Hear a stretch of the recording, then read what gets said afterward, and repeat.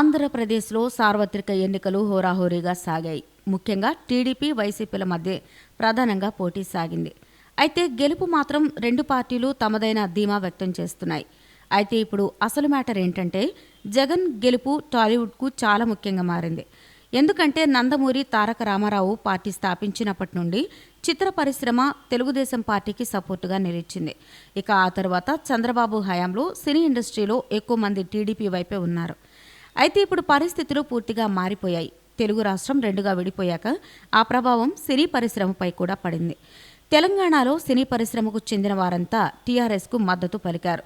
కొందరు బహిరంగంగా మద్దతు తెలపగా మరికొందరు పరోక్షంగా మద్దతు తెలిపారు. అయితే ఏపీ విషయానికి వస్తే ఇప్పుడు చిత్ర పరిశ్రమలో ఎక్కువగా వైసీపీకి మద్దతు తెలిపారు. కలెక్షన్ కింగ్ మోహన్ బాబు, జయసుధ, ఆలీ, రాజశేఖర్, జీవిత, పోసాని కృష్ణమురళి, ఎస్వి కృష్ణారెడ్డి, కమెడియన్ పృథ్వీ, వినాయకుడు ఫేమ్ రాజు ఇలా అనేక మంది టాలీవుడ్కు చెందిన నటులు జగన్ ముఖ్యమంత్రి కావాలని కోరుకుంటున్నారు. అలాగే చిత్ర పరిశ్రమ నుండి పవన్ కళ్యాణ్ ప్రత్యక్ష రాజకీయాల్లోకి వచ్చినా ఆయన అధికారంలోకి వచ్చే అవకాశం లేదు.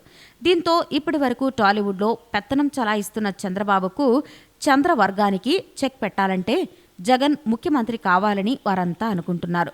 మరి ఫైనల్ రిజల్ట్స్ ఎలా ఉంటాయో చూడాలి. ఈ వీడియో కనుక మీకు నచ్చినట్లయితే లైక్ చేయండి, షేర్ చేయండి. ఇలాంటి లేటెస్ట్ వీడియోస్ కోసం మా ఛానల్ని సబ్స్క్రైబ్ చేసుకోండి.